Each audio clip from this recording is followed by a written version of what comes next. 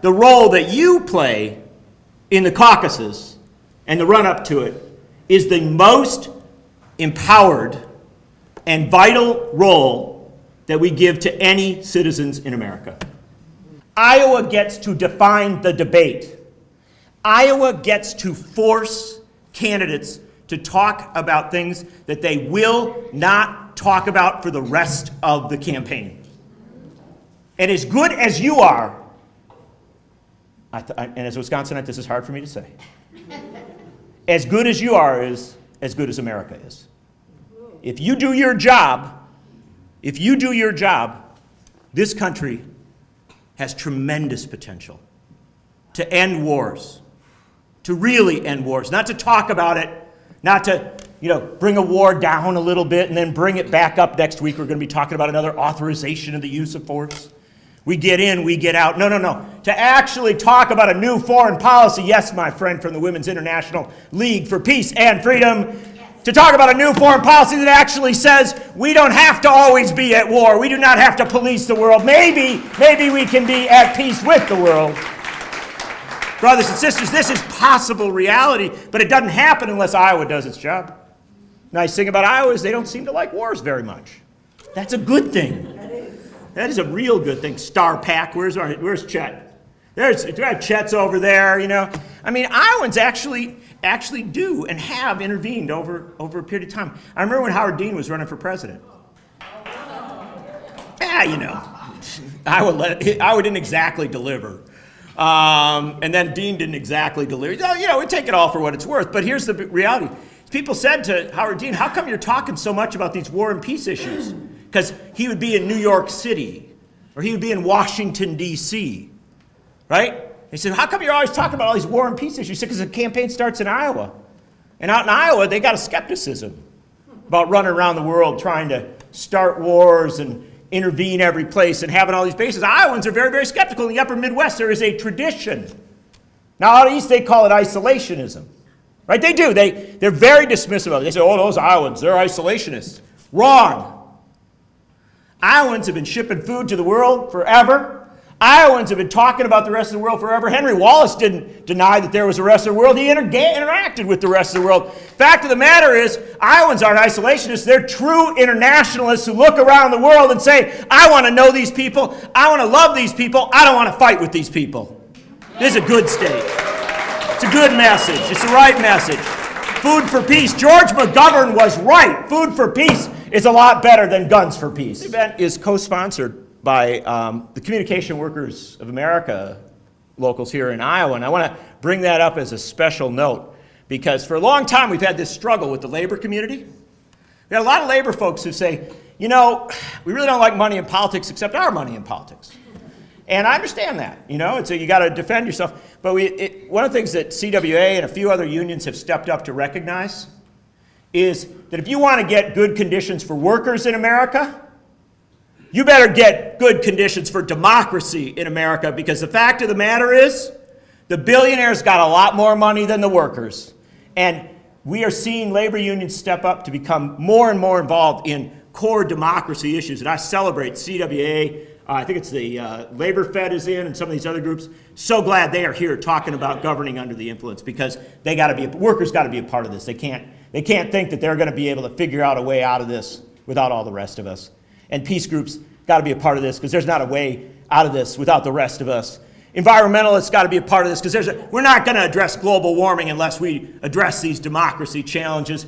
Every issue that you care about, I want it to remain your number one issue. But your number two issue's got to be money in politics, because you're not going to get your number one unless you solve the number two. That's reality, brothers and sisters. Don't lie to yourselves. So I never, ever want to have somebody give up on racial justice as their number one issue.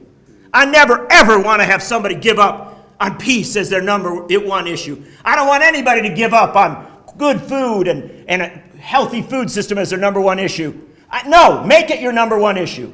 Fight for it with everything you've got. Get to know the heart and soul realities of that issue. Get better at talking about it than anybody in Washington, which won't be hard. Get good at it and then get good at how money is influencing it. Get good at why the things that the American people want, they're not getting. Be good at talking about that. Know your issue, know the role of the money, and then you walk into that living room. You walk into that church basement. You walk into that union hall. You walk into wherever a candidate is coming to Iowa, and you say, I want to talk about food. I want to talk about farming. I want to talk about war and peace. I want to talk about the condition of workers. I want to talk about racial justice. And I want to talk about who's giving you money that makes you such a lousy person as regards these issues. Because I don't believe you're a bad person, Mr. Candidate. We were founded after our great struggle against colonial power, after our great struggle against the brutality of King George, and an enlightenment moment when we said that the point of this was to take power power away from the inherited monarchs, to say Tom Paine is right, that you don't hand power down from father to son, that we give power to the people. After we had this whole revolution at the founding of the American experiment, if there was an election, women couldn't vote, people of color couldn't vote, indentured servants couldn't vote, a lot of states, religious dissenters couldn't vote, people who didn't own property, not allowed to vote. So we sat a lot of people down. And when we had an election at the founding of the American experiment, well, I got to tell you, we could have an election in a room a lot smaller than this. I took my 11-year-old daughter down to Williamsburg, Virginia the other day. And we actually saw where they used to have elections. It was a small room. And the wealthy white gentleman would gather in that, wealthy white Protestant gentleman would gather in that room, in that small room. They would stand and the candidates would make their presentations. And these were amazing people. There was a congressional election in 1791, before we had fully realized the Bill of Rights, which began to address some of these issues. There's an election in 1791. James Madison ran against James Monroe for Congress. I mean, future presidents running against each other. They presented their ideas, and that's quite a remarkable thing. And they, from Virginia. What? They were both from the same neighborhood. They lived, that we had three presidents, Thomas Jefferson, James Madison, and James Monroe, who could all walk to each other's houses. And they were three in a row. In that founding moment, the candidates would get up there and the handful of guys would get in there. And it was often we didn't have elections in November always. This sort of notion that November is election day, that's not established, locked into law. It's, you had it usually kind of in the start of the fall. Could be still hot in Virginia. So you would open up the windows. All the windows would be open. And the interesting thing is that outside the windows would gather everybody that did work. The women, people of color, indentured servants, religious dissenters, they all gathered outside the window to look in. Because they weren't fools. They weren't disengaged.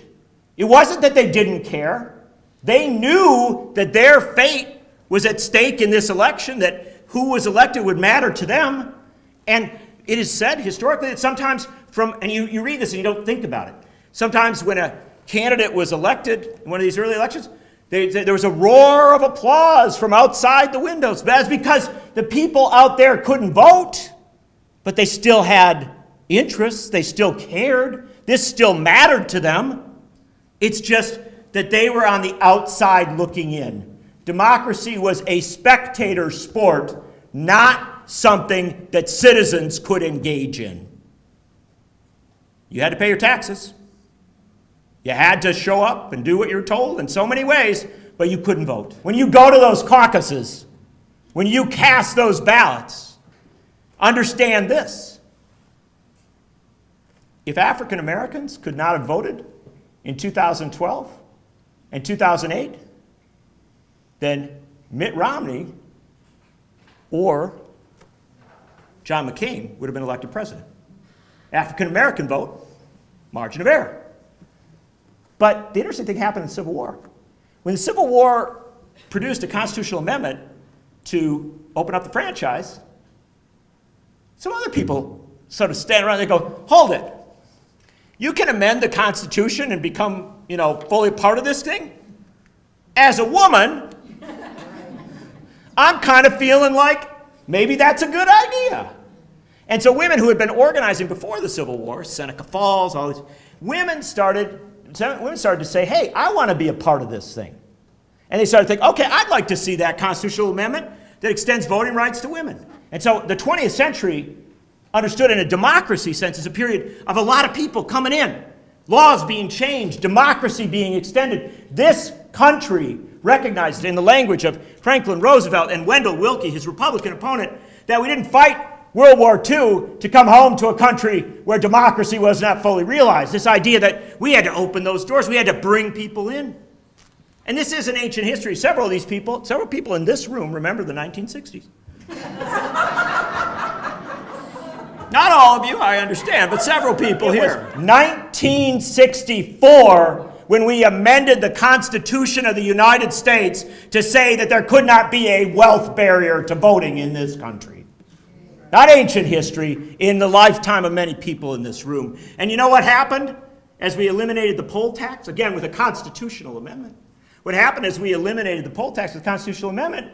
Right along the way, we're getting Civil Rights Act. We're getting Voting Rights Act. We're starting to realize that promise of that previous constitutional amendment 100 years before, and saying that people of color, African Americans, must have a fully realized right to vote. It must be protected. And by Lord, if we've got to have a Voting Rights Act and we've got to enforce it in some places, we will enforce it, and we will go there because democracy itself is so important, you can't deny the franchise to any human being. This is a wondrous thing that we were doing.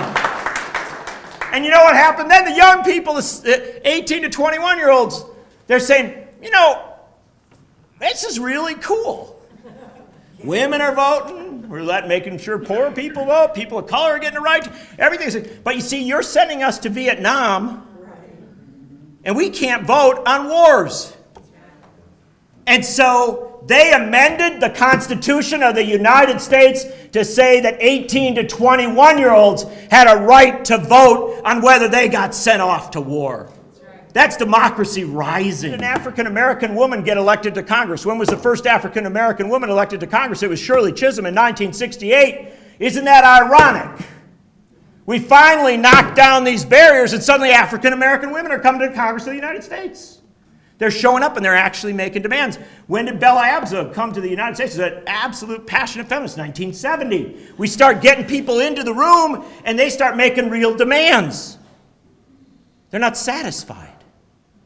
So in early 1970s, things were changing a lot. There was this tobacco lawyer, corporate lawyer, down in Virginia. He looked at this and he was friends with some people at the Chamber of Commerce. He said, you know, this is getting a little troublesome. The most popular people in America are folks like Bella Abzug and Ralph Nader, Martin Luther King Jr. There's a lot of love going out here to these people, rabble-rousers that really want to change a lot of stuff. He says, if we, the corporate interests in this country, if we, the wealthy people in this country, don't start to think about this, we might find ourselves ending up in a situation where democracy started to regulate us and tax us. And, you know, we've had a pretty good deal since the days when we alone stood in that room with everybody else on the outside. We'd better take a look at this new circumstance and figure out how to make sure that we will continue to have a good deal in this new democracy moment. And what did Lewis Powell write in his memorandum? The Powell Memorandum, yes, indeed. The Powell Memo. What did Lewis Powell, the lawyer from Virginia, who's actually he wasn't some right-winger or something like that. He's considered a very good man of business, a very good corporate lawyer. What did Lewis Powell write in his memo? He said, corporate folks, rich folks, you better start to organize. You better start to advocate on behalf of yourselves. Why? You may need to start to create your own media. You might even want to think about investing in education and in all sorts of lobbying. In fact, maybe you need to move your lobbying offices from Des Moines out to Washington so you can be at the center of power. You read the Powell Memo, item after item. We're going to have to form think tanks in order to get issues into the mix. We're going to have to form groups that'll start to advocate at the state level, like the American Legislative Exchange Council. we're going to have to really start to engage politically, put our money where our mouth is so that we can make sure that the money keeps coming. And then he said in that memo, and you know what else we're going to have to do? We're going to have to get a lot more serious about politics. A lot more serious about politics. We're going to have to start to put money into politics. We're going to have to engage in some fundamental ways. Because our money has power, but we're not using it in the way we should. So Lewis Powell's memo circulated. Nobody knew about it, well, except a lot of insider, very wealthy people. It was my friend Jeff Clement, brilliant writer, he went and read the Lewis Powell papers, and he saw all these letters from CEOs. And he's like, can I see that memo? It was sort of like a dirty little secret that they loved, and they just adored it. And they actually started doing it. They started moving their lobbying shops. They started creating think tanks and all sorts of groups. They started making things happen. And then an interesting thing happened. Richard Nixon had asked Lewis Powell a couple times if he wanted to be on the Supreme Court of the United States. But the third time Richard Nixon asked Lewis Powell if he wanted to be on the Supreme Court, Lewis Powell said yes. He said, okay, I'm getting older. I could take a pay cut and go on the Supreme Court of the United States. Powell was approved. He served on the Supreme Court. Very interesting thing. Ruling after ruling after ruling. The Buckley v. Vallejo ruling of mid-1970s. The Bellotti ruling of the late 1970s. Lewis Powell was always part of the majority for knocking down barriers to money in politics. In fact, with Bellotti, knocking down barriers to banks and corporate activity in politics. Again and again, laying out the vision that money was speech and that people need to be able to throw their money into politics. Now, it's very interesting. Lewis Powell was opposed as he did this. He was opposed as he did this by one of the more left-wing figures in American political history. A sort of a radical guy who said that if we keep knocking down the barriers to money in politics, we could end up with a situation where that money will actually define our politics. The rich people will tell us what the issues are and who the candidates will be, and we will lose our small d democratic role in this country, and it's a very unhealthy, it's a very dangerous thing, and that radical, William Rehnquist, opposed Powell on a number of these issues. And so, weirdly enough, we had this situation through the 70s, the 80s, the 90s, where you had sort of not a Democrat-Republican, not a liberal-conservative fight, but a Powell-Rehnquist fight. One guy thinks, yeah, let's get that corporate money in there. Another guy says, well, we should be a little cautious about this because I'm not sure that's going to be healthy. Well, neither of those guys are on the court anymore. But I'll cut to the chase. Powell won. We have a majority on our Supreme Court today, the most activist majority in the history of the court, that is intervening again and again and again with the Citizens United ruling, with the McCutcheon ruling, with a number of lesser rulings that we don't even begin to talk about that knock down barrier after barrier after barrier to money in politics. And that's what governing under the influence is all about. We have gathered here today to talk about, these big issues, but now we've got a little bit of history. We understand what we're defending. We are not defending something new. We are defending something old. We are not defending what we had in 2010. Said, get rid of Citizens United, go back to everything will be fine. No. We're starting a conversation about who's in the room and how much power we have. And we're making sure that being in the room means we have power. Not that we've been invited from outside into the room, but we're still spectators to what the rich guys do with their money. That's what this is about. That's why you ask these questions. And that is also why our politics is so lousy, so frustrating, so disappointing. Because the money power has triumphed. It defines our politics. If you don't think so, you're not paying attention. I know everyone in this room understands it, but understand how powerful the money is. If the money can't win the battle of ideas, it will make the battle of ideas so grotesque that the people will leave. What do I mean by that? Well, it's very simple. In Iowa, you folks, you are the canaries in the coal mine. There are not a lot of Iowans, not enough as far as I'm concerned, because they're just the best darn people in America. But there are not a lot of Iowans But boy, did you have a lot of money in your U.S. Senate race last time around. Oh my gosh. And where did people campaign for the U.S. Senate? Well, your friend Bruce Braley, he went down to Texas to campaign, and they made a video of him, and it didn't do him any favors there at those trials. I think that was in Texas. I hope I'm right. Joni Ernst, she flew out to meet with the Koch brothers at a nice hotel in California. I am sure that she, put the bread bags over her boots before she headed out there, and with the people. And so your politicians flying around, they were spending a lot of time around America, getting money, and they brought it all back here, and they liquefied they made fluid your political discourse. With all this money, tens of millions of dollars. I was over at Chet's place the other night, last night I was reading Harold Hughes's biography. Do you know what Harold Hughes spent when he got elected to statewide office the first time? He won his primary, and he's talking about in the hundreds of dollars.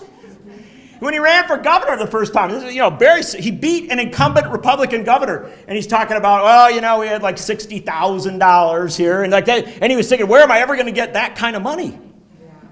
In your lifetimes, people who were running for office in Iowa were talking about $300, or maybe even for governor of the state in a highly competitive race, maybe they were getting into the thousands. Now they're talking about the tens of millions. And what do those tens of millions do? They buy influence. That's a reality. But they do something else, because I actually believe there are honorable politicians. And I actually believe there are citizens who see through the lies. So if you got honorable politicians and you got citizens who see through the lies, what do? You make politics so horrifying, so awful, that people just turn away from it. You had the most exciting, significant Senate race in America last year, and yet a huge portion of Iowans didn't even go to the polls. Massive numbers of people, smart people, your neighbors, did not go to the polls. Why would they do that? What's wrong with them? You sent your sons and your brothers and your fathers to die in the Civil War to make real the promise of democracy. Your grandmothers, your great-grandmothers, they marched and struggled and starved to get women's rights. Your sons, your brothers, they fought for the right to vote. As 18 to 21-year-olds, you know the meaning of democracy. You know the value of democracy. Why did people not vote? Well, I can tell you. They watch television. And if you watch television in this era where our news is dumbed down, where our beautiful newspapers have been, culled out and made thin, I like a newspaper that breaks the steps in front of my house when it hits it. Big, thick newspaper. Now I got, they're so thin. I can still find my horoscope, but newspapers are not what they were. In fact, our news industry has been transformed so that we're not getting our information from news anymore, except, of course, if you're in Iowa and you read the fabulous columnist Rekha Basu, who is sitting in the middle of your room here.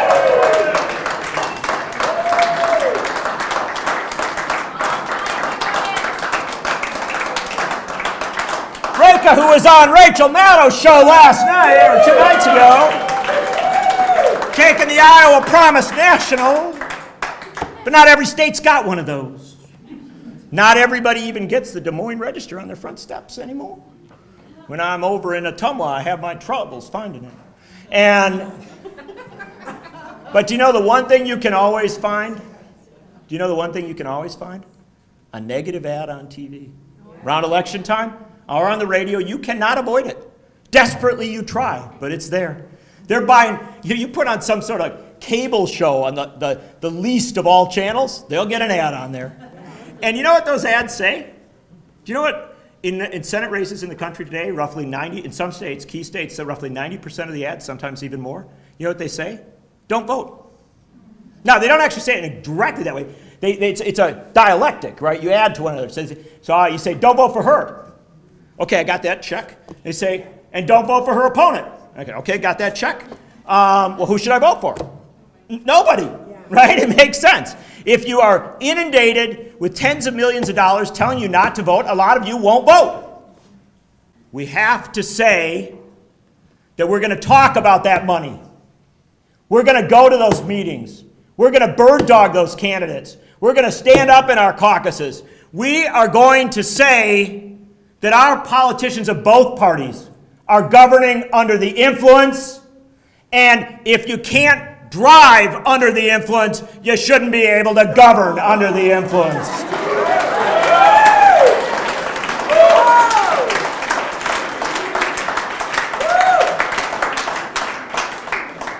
And brothers and sisters, if we're going to ask them a question, then why don't we ask them if they think money is speech? Why don't we ask them to say to our faces that they think corporations are people, my friend? Why don't we ask them to say whether they think we, the people, have a right to organize elections in which our votes matter more than the Koch brothers' dollars? Why not ask them that to their face? Do it politely because you're Iowans, but why not ask them that? I'm a Wisconsinite. We're polite too. But why not ask them that? And if they dance around it, and if they try to give you all sorts of explanations and all sorts of excuses, why not say, I don't think you've answered my question. And if at the end of that conversation, they are not willing to give you your democracy back, then maybe it's time to say, I am not willing to give you my vote. Because brothers and sisters, it's a very simple equation. We're going to have to amend our Constitution.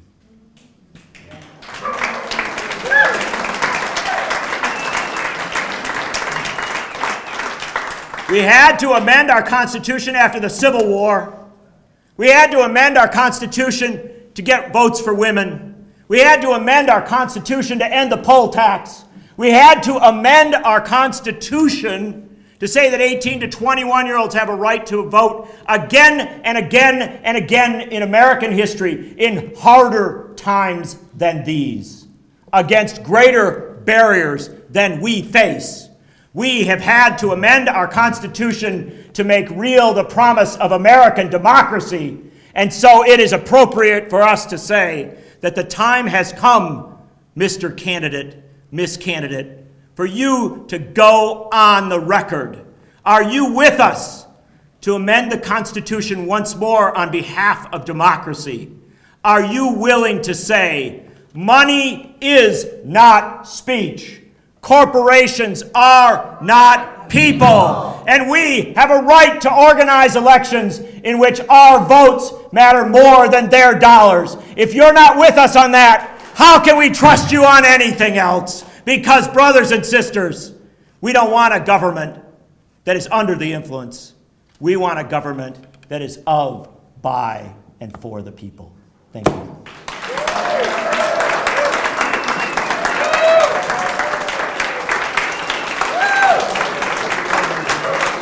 Amending the Constitution is not hard.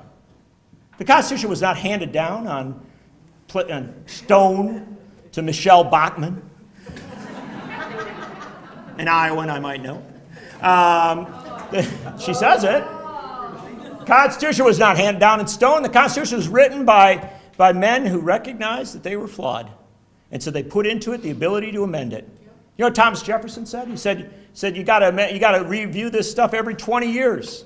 Got to look at it again to make sure it's appropriate to your generation. Tom Paine said the worst thing one generation could do to the next is to lock them into a constitution and say that's as good as it can get, as creative as you may be, as technologically advanced as you may be, this is what you got. No, they gave us the power to amend it. And you know when we amend it? When the people make a demand. It's a critical juncture. It's as simple as that. It's always as simple as that. In 1910, about 100 years ago, the little girl ran down the steps in front of her place. Little girl ran down the steps. She wasn't going to school necessarily. She might be going to work in a woolen mill. And her job, she might be a bobbin girl or have some other job, because we had child labor in that post-Gilded Age where those who had corporate power pretty much got to call the shots. You could put women to work. You could put children to work. Dangerous situation. Sometimes a little girl would lose a finger, even a hand. They'd bandage her up and send her home. And family was told that's the breaks of the world we live in. But if that girl grew up to a decent age, maybe she went to work in a clothing factory in a big city like Des Moines. Sometimes that clothing factory would be up on the top of a building, the 4th, 5th. Why in New york, sometimes it would be on the 10th or 11th floor of a building. And you know, is it a beautiful thing Do you know all these women from all over? They were Italians and Irish and Germans and Jews and Hispanics and African American women who'd come up north to get away from segregation. They're all working there sewing, making shirts, and it was the cacophony of their dreams and their hopes. This was not a horrible thing. They were working, and they had a faith that something real was going to come for them. And then when that room caught on fire, and those women ran to the doors to run down the steps, they found those doors nailed shut.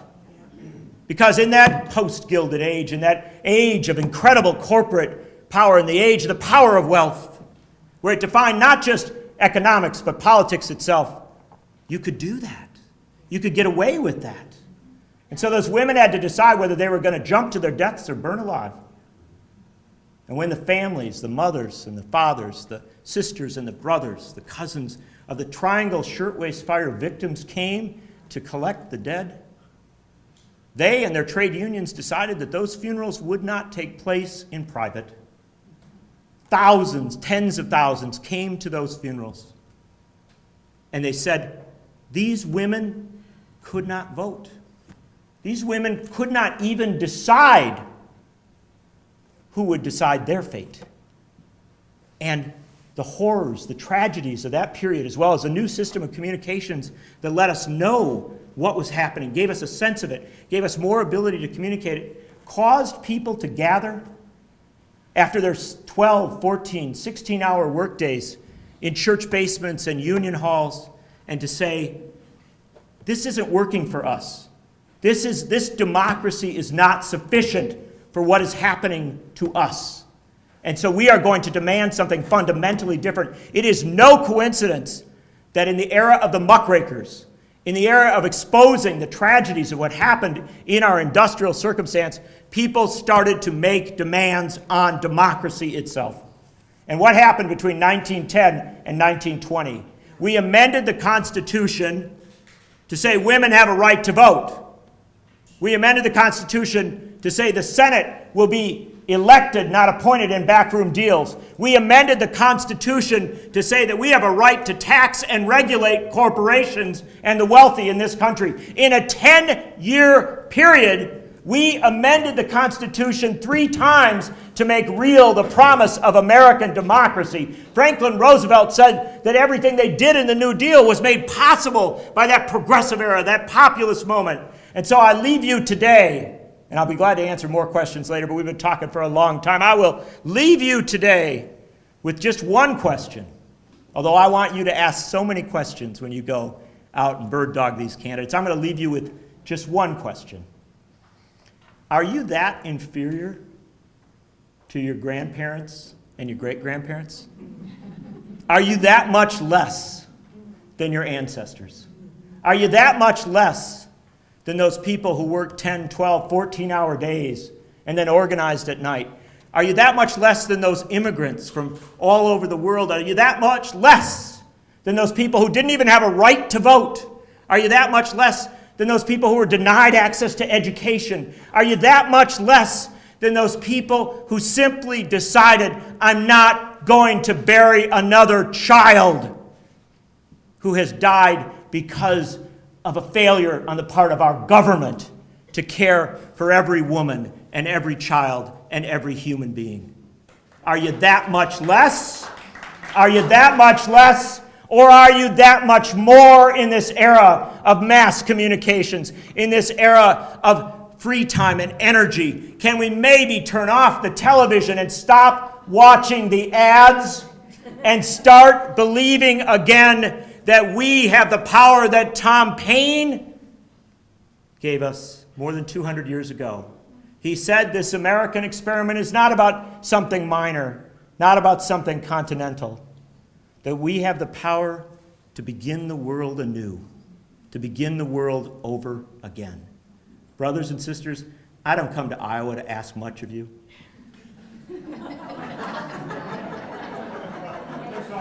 I don't come to Iowa to ask you to do more than you can do. I don't come to Iowa to ask you to do any more than your grandmothers and your great-grandmothers did. I come to Iowa to ask you to save this country, to save this democracy and to begin the world over again, because what we have is unsatisfactory. But what we will have, because of the work that you do in this incredible place, in this incredible moment, in this empowered caucus system. Maybe the caucus system isn't even perfect. But the fact of the matter is, somebody, if you're a believer, it's the good Lord. If you're not, it's just chance. But somebody gave the power to Iowa. So brothers and sisters, go out and do it. Begin the world over again. Save our democracy. Save this country. Let's go bird dog those candidates. Let's go to those caucuses. And let's not stop so we get our country back. Solidarity, brothers and sisters. Solidarity.